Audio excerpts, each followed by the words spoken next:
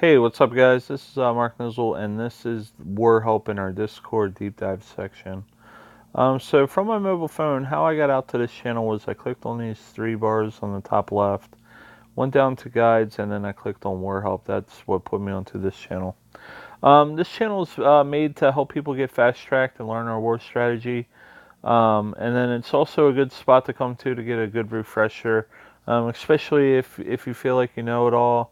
Um, it's always good to just kind of come out here and get a reminder, maybe help us by contributing and adding details to it. So anyhow, let's assume that you're a new player.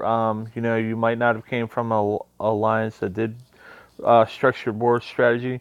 And at first glance, this could be a little bit intimidating when you see, a bunch of people working collectively, rattling off this war grid, and kind of saying, "Hey, hit this. This team is this power. Who has the team for this?" There's a lot of moving parts, and I could see where it can be almost like data overload.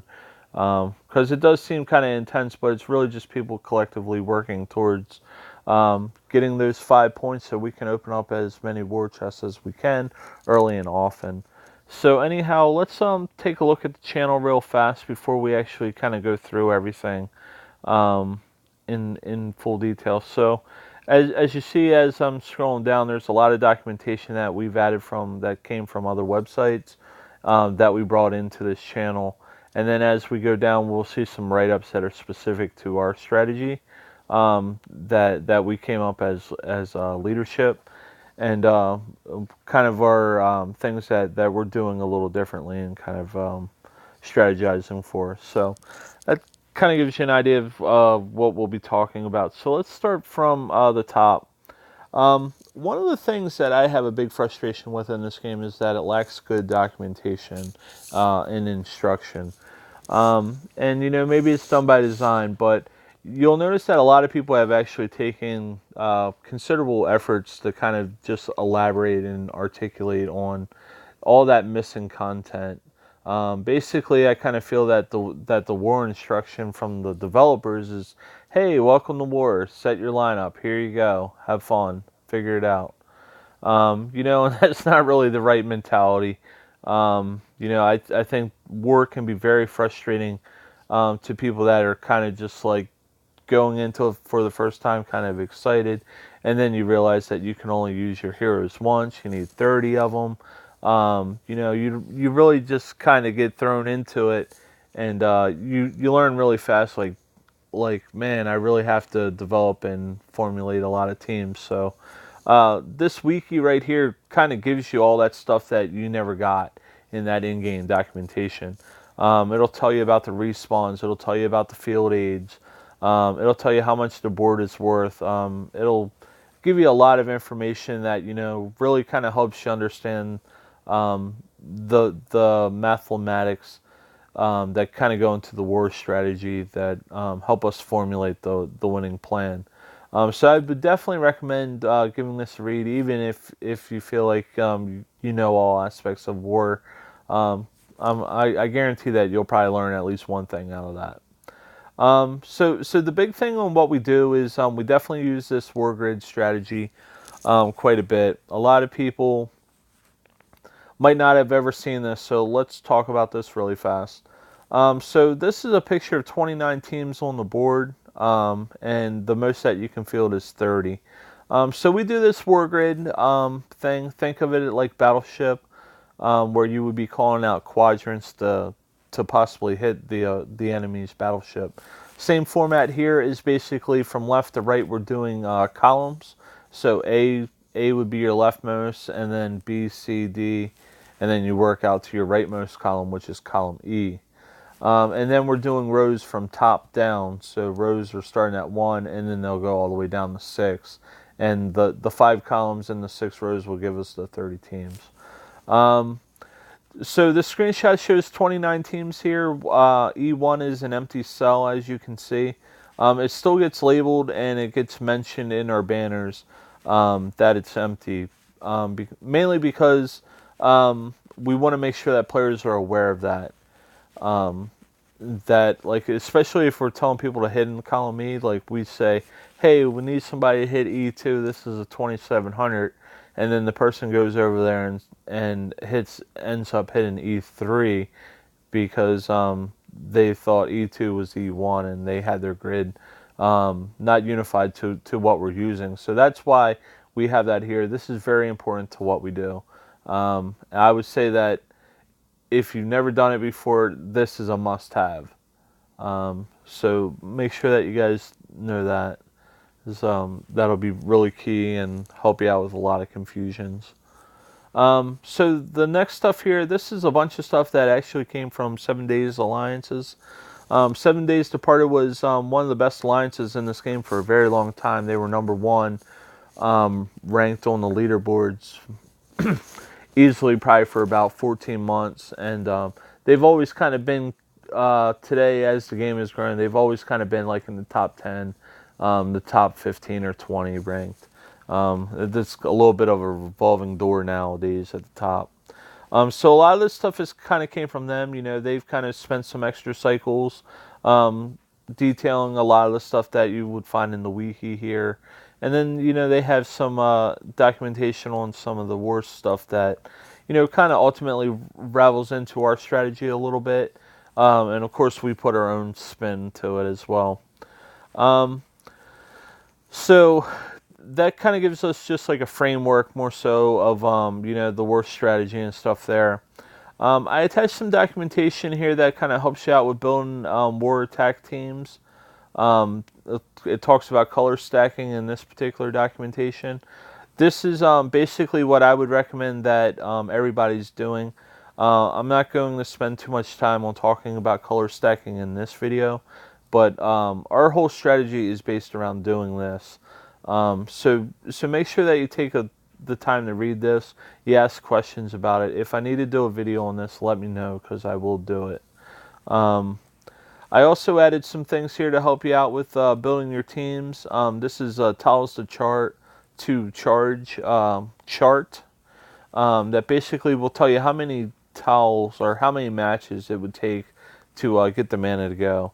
6.5 tiles, I don't know how they got that number. I would say it's 7. And then for the 13.5, I would say it's 14. The next chart down here is attributes that stack. This again kind of helps you out with your teams. One of the big questions that we get asked a lot is what heroes will affect the other heroes, and mainly how this chart works is that if the heroes are on the same line, they will overwrite each other. So like for example, Kirill and Bold Tusk are right here with Lancelot, Kiona. They all have a standard attack buff. Kirill also does like a defense buff, so like let's assume that you have Kirill and Bold Tusk on your team and you fired Kirill first and you got the 30% attack buff, and then you fired Bold Tusk, you would get a 42% buff. That overwrites Kirill, so it doesn't add on to it and make it 70%. It overwrites that stat. And it's important that you do that in the right order too, because if you fired Bold Tusk and you had 40% and then you did Kirill and his is only 30% attack boost, you know, you just shot yourself in the foot of 10% extra damage. And then like Adam Wukong, his stack, his Gambler's Dice special would stack onto that, meaning that you know you're getting the attack boost plus that 185% chance of doing additional damage if he actually connects with towels or a special. So that's kind of how that works. I just wanted to make sure that you guys knew that. That'll help you out with formulating the right teams. Want to spend the rest of the video really just kind of talking about our war strategy, because I feel like that's probably the most important thing that we can convey in this video. So basically the Bandersnatch war strategy is as follows. Is at the start of war, basically we will identify a listing of the weakest teams, and there's a math behind it, but in a nutshell, you will see in our banner at the start of war that there's maybe 7 up to 10 or 11 teams, possibly, that will be identified as the weakest teams, and these are the teams that we will want to hit early and often at the start of war. Um, and basically, the whole strategy to the war is that we want to get the most one-shot kills as possible.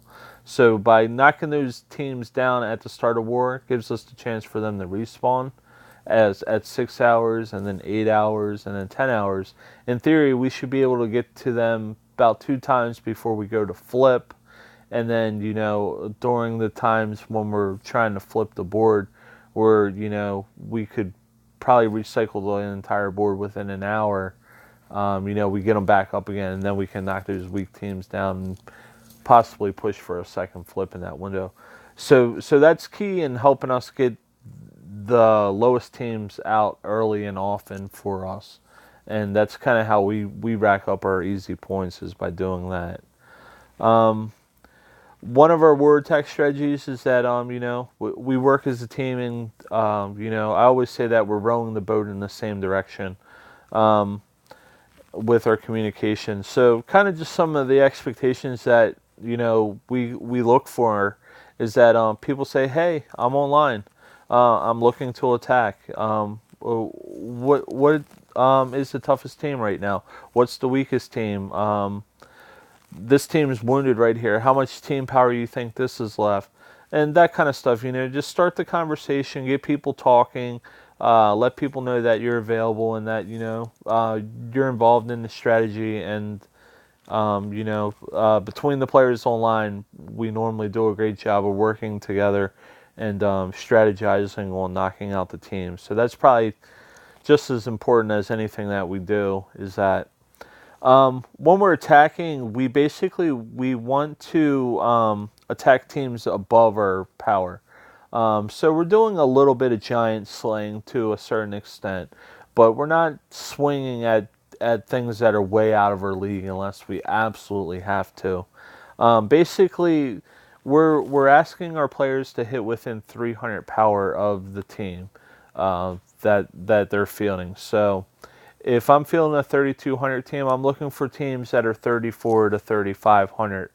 And where we kind of pick up our ground in our underdog is through the color stack, and that I was referencing up here, is that we will specifically cater our team to knock out the tank and knock out what we might identify as the biggest threats in that lineup, to pick that up. And mainly the big reason why we do that is it's a little bit of a swim lane mentality. And what I mean by that is that we're kind of keeping people within ranges that ensure that players who are not connected with the war strategy are not hitting teams and wasting their teams. Meaning that if you had six teams that were 400 power more than each one of the teams you hit, you're essentially wasting about 2,400 power on hitting these weak little teams. Sure, you're getting the points, but ultimately you're hurting the team, because the team has matchups, or we have teams available that can knock out those teams with less power than what you consume. Like, let's save our big teams for the big opponents on the other side. So that's kind of what I mean when I was talking about the swim lane mentality. We definitely don't want people to bring a knife to a gunfight. So that's one of the big things that I think some people get frustrated with, is that we're not asking to slay giants that are way out of our pay grade unless we absolutely have to. We want everyone to have their best chance to get the most points possible. Our fourth rule is only attack an enemy once. This is more so just kind of like a discipline kind of mentality, meaning that if you hit a team and they got the best of you, a lot of the times people will get upset. Oh man, I knew I had that team. I planned this wrong. Let me go back in there and get it. And that actually is kind of a handicap strategy. So say that the team's worth 50 points and you hit it, and you got 10 points. Now you're going back in there, and you can only get 40 more points to get back to that 50. You kind of like hedged your bets a little bit there, meaning that you're going in twice for 25-point average, where you could go to the team right next to it, and then you could hit twice, and assuming that that team is also worth 50. From the 10 that you got plus the 50, now you're hitting two teams for a 30-point average. So it's kind of like a Vegas mentality. Like, if you lose your money in a casino, you probably are not going back into that casino again with a bunch of other casinos on Broadway. So, just keep it moving. You'll get back to it on a flip or something. But don't let that get the best of you and cause a bad decision in your making and in your individual point per flag performance. That kind of stuff can really hurt the team. And not saying that it's a bad thing and that we don't ever do it, because there is times where we do need people to kind of hit multiple times to push for a flip. But the general rule of thumb is that it's not really a successful winning strategy. If you're unable to kill an enemy, this is number 5. Time your fleeing appropriately before healers regenerate. So pretty straightforward, and this takes a lot of discipline to kind of figure it out. If you're in a matchup and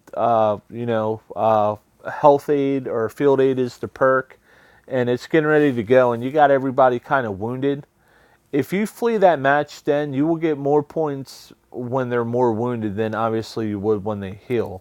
So sometimes you kind of got to just look at your heroes and say, look, today's not your day, and then just head on out and live to fight another day, and set up the next person to go in with the best chance. And I would say a big hero that you want to be really careful upon is like an Alberic or Albie and Mother North, because they can bring people back that are fallen down, even if they're down when you go into the match. So if there's one team that I would say that we would overpower for, it would be the teams like that that could bring back a whole bunch of heroes and really ruin our day. So that kind of covers our attack strategy in a nutshell. Within the 300 range, which is majority of the fighting that we do. From time to time, we are asking players, and we just get into the situations where we got to hit above 300. And ultimately, we're looking for tank attacks where we're color stacking and we're knocking out like the biggest tank. The center hero, ideally, is normally the toughest hero. Or whoever's deemed the biggest threat, we will color stack and kind of just chip away at a team. That happens a lot. If you have a team that's maybe 100 to 200 power more than the opponent, ideally we hope that we can find other people, and we'll kind of poll in the game to figure out who the lowest available team is. And that's an efficiency thing that we do. Like I was saying on the points per flag, we wouldn't want a 2,600 team to do a cleanup on a 1,300 one. We have another player that might have an 1,800 team. That's a lot closer, Let's save our most efficient teams for the better matchups as war goes on. And then a lot of times, when you find these tough matchups, and unless you're forced to hit and do a tank attack or wait for a cleanup, then just remain on standby. There's 24 hours into the war, and you don't have to hit the minute that the flags drop. I think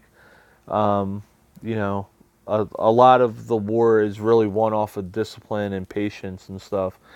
From the second war starts, you don't necessarily have to run over and just start hitting teams and just burn through your flags.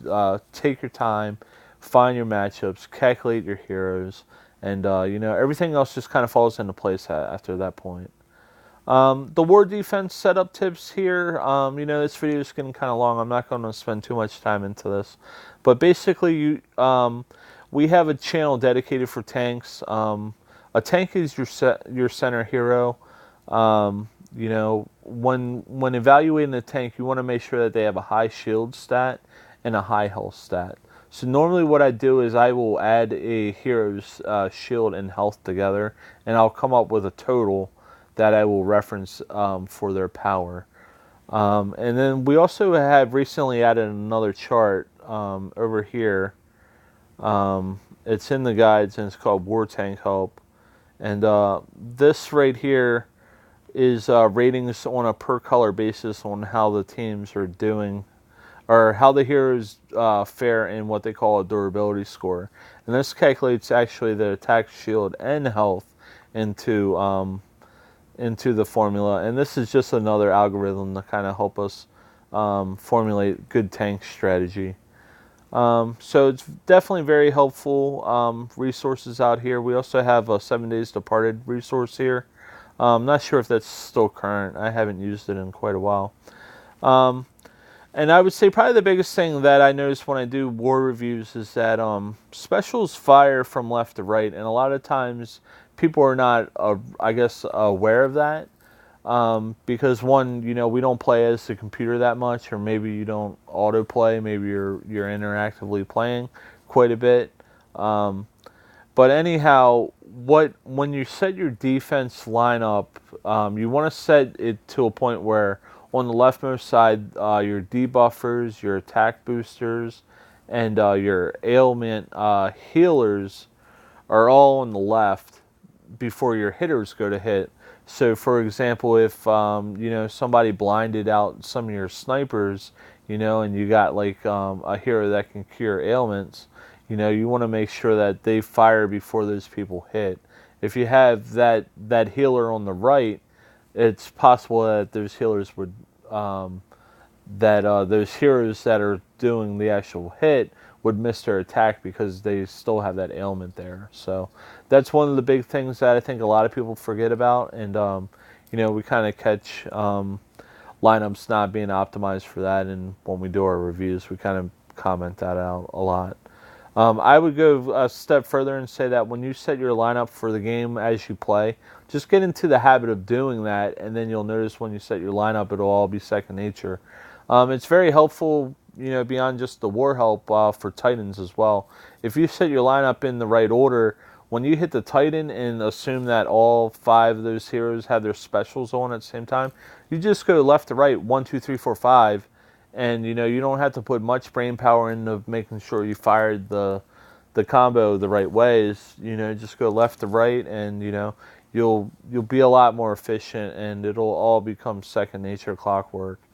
One of the other things that we talk about here is what we call successful defensive combinations, and some of those winning combos are basically having like 2 healers, or like a healer and a counter attack in your lineup. Normally that will basically keep your team running up as optimal as possible, because you do still need to have firepower. So I would definitely say that we found those combinations to kind of be what we call the sleeper teams. When we look back at the war grid, we will find out that, you know, a lot of people had some tough times chipping out some of these teams, mainly because of that formula was being used. So that's just some of the stuff that we've added there as well. And then also we put a reminder in here for setting your war defense that you don't put same color teams together. You match up with strong and weak teams. And what I mean by that is that you wouldn't have like 3 heroes of purple on the right side where somebody could make a 6 match of yellow on the board, and then just send this big cluster of yellow into 3 heroes in a row. And then, you know, that would really do some considerable damage and weaken up your team.